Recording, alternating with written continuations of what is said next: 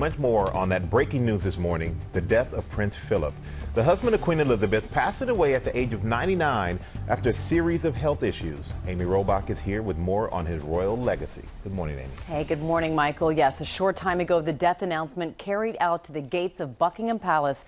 Philip and Elizabeth were married nearly 74 years, making him the longest-serving spouse of a British monarch in history. The Duke of Edinburgh retired from royal duties back in 2017, but here is much more on the beloved figure.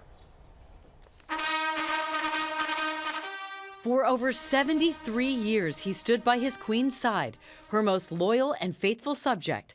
Prince Philip of Greece was an 18-year-old cadet in the British Royal Navy when a 13-year-old Princess Elizabeth first took a shine to him back in 1939. Alexander Mary. The two were married in November of 1947. 5 years later, Elizabeth ascended to the throne, and Philip gave up his career to support his queen in her duty. My grandfather was, had a very successful career in the military or in the Navy. He gave it all up to do his job and to be there to support the Queen. It was Philip, apparently, who encouraged the Queen to make that famous speech celebrating Diana after grieving Britons had accused her of being too stoic, too aloof, and too royal. In good times and bad, she never lost her capacity to smile and laugh, nor to inspire others with her warmth and kindness.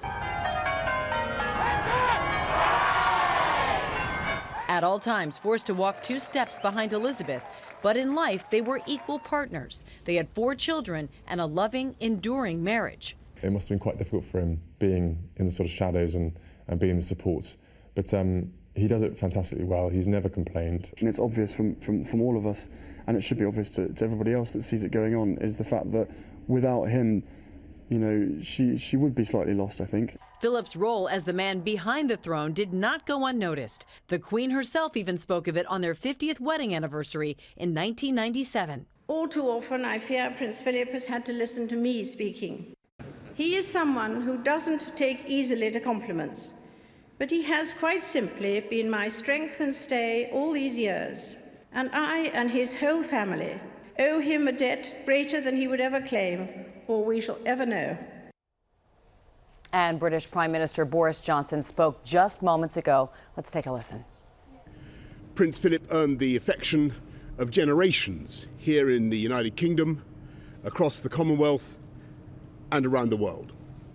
So many people, of course, and tributes are pouring in for the Prince. George. Cami, thanks. Let's bring in our royal contributors, Victoria Murphy and Alistair Bruce. Thank you both for joining us right now. And Alistair, let's begin with you and just your thoughts on the impact that Prince William has had on the monarchy, on Queen Elizabeth.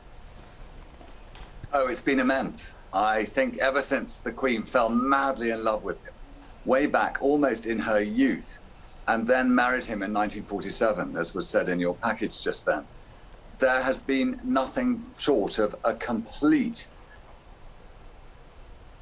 emanation in him. And he just has that capacity to go on and on and on, supporting the Queen in everything that she does. And to lose him today will be very, very sad for the Queen, but she is of an age where she will understand that death is a part of life, and that at the end of what must be one of the most remarkable lives, with the service in the Second World War, with the energetic, almost revolutionary attitude to how the monarchy should change throughout his time as husband of the Queen, and now leaving her in the very later stages of her reign with a tremendous legacy, hugely linked in to his wisdom, determination, wit, and energy. Victoria Murphy, they did indeed modernize the monarchy. I think that's absolutely true, and I think it's really important to say that, Prince Philip and the Queen, in their 90s, but very much, I think, beloved across the generations, and we really saw that. And yeah, Philip was actually the first member of the royal family to give a television interview. He did so in 1961. He was very involved with modernising and understanding that in order to remain relevant, it's very important for the monarchy to modernise, and he was really by the Queen side as she presided over so many changes. And I think, that will probably be the saddest thing now, because they have very much been absolutely a double act for more than 73 years. That's how long their marriage was. And he was very, very active and very, very hard at work up until just a few years ago when he retired. And so I think seeing the Queen cutting a lonely figure will be one of the most poignant things about this for many people. Alistair, was it ever difficult for him to have to walk those 2 steps behind? Not at all, no. He was always aware that when he married the Queen, that she was going to be sovereign of not only the United Kingdom, but many other nations around the world, not least Canada. And that in order to support her, he had to recognize that she was the focus for everybody as Queen. And he was born into the Greek royal family. Obviously, it's a very difficult time in world history, but he just understood, because he'd been brought up as a member of a royal family, that in royal families, the only person who matters is the monarch. Everybody else is there to support the monarch in the work that is done. And with the Queen's work, Prince Philip has absolutely supported it to a T in every respect. And she'll miss him like mad. But as I say, they are of an age. And whilst the United Kingdom and many others were looking forward to his 100th birthday in June, I'm absolutely certain Prince Philip wasn't. You say, Alistair, that she was madly in love with him. Victoria, talk about that love story. Oh, I mean, it is an incredible love story and a real love match. And when you think of the monarchy going back through the centuries, often, they weren't love matches. They were arranged marriages, but this was very much a love match. The Queen, when she was Princess Elizabeth, met him, fell in love with him when she was very young. They were exchanging letters, and then they were engaged and married in 1947. And she, according to her cousin, she never looked at anyone else. And really that has been, an enduring love match that we have seen through the years. And we've seen them go on to have 4 children, 8 grandchildren, many great grandchildren. That number is still growing. And what an incredible kind of family really that they have been.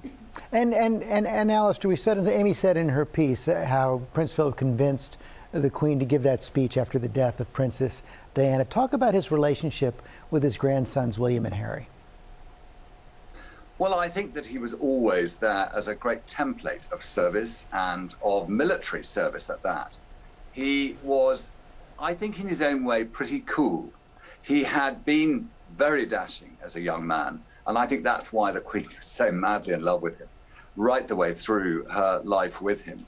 And I think that that template of example has always been available to all his grandchildren, but not least Prince William, who will one day be king, and also Prince Harry, who has a tougher role to perform because the direction of his role is very different. And I think that Prince Philip has seen in his own children and grandchildren that, it's very tough to be in this figurehead position when there are individual journeys to be followed and aspirations to be reached. And Prince Philip has recognized that he had to set aside his own naval tradition and career in order to be those few steps behind the Queen in her achievement as sovereign for such a long reign. Victoria, ups and downs over the course of 74 years. Prince Philip had to become something of a crisis manager as well. Well, that's true, yes. I mean, very much head of the family, although he didn't have the top job, as we know.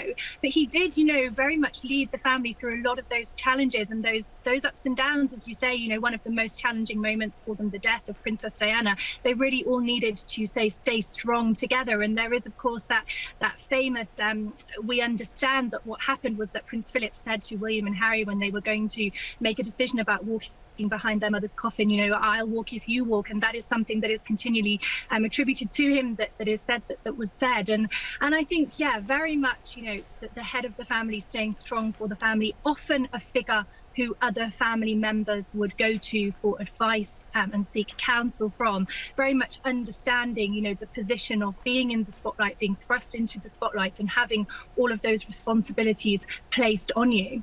Alistair, what was the greatest crisis they faced as a family? Well, I think it's no different from any family. There are always challenges. I think that for Prince Philip, the purpose of his role was to make sure that whatever the challenges were, not least the fact that for the Queen, as head of state of many nations, while the world is going through a pandemic, that puts huge pressure. And I think one forgets that, because family issues are one thing, But just imagine, you see, in the coronation service, the Queen was married to her role as sovereign. And so he had to be the broker of that marriage, of a head of state to a nation throughout her lifetime. And I think when you imagine all the times in which the United Kingdom had to go in military campaigns around the world, Suez, out in the Falkland Islands or Afghanistan, and all the news that came back to the Queen of young lives lost fighting in her name, which is what is done, it must have put great pressure on her. But he always had a great wit, a great charm, a directness. And I think that that helped her because he was the only person who was able to tease her and slightly mob her up and help her through the difficult times. Important perspective. Alistair Bruce, Victoria Murphy, thanks very much. Well, hey there, GMA fans. Robin Roberts here. Thanks for checking out our YouTube channel. Lots of great stuff here. So go on, click the subscribe button right over here to get more of awesome videos and content from GMA every day, anytime. We thank you for watching, and we'll see you in the morning on GMA.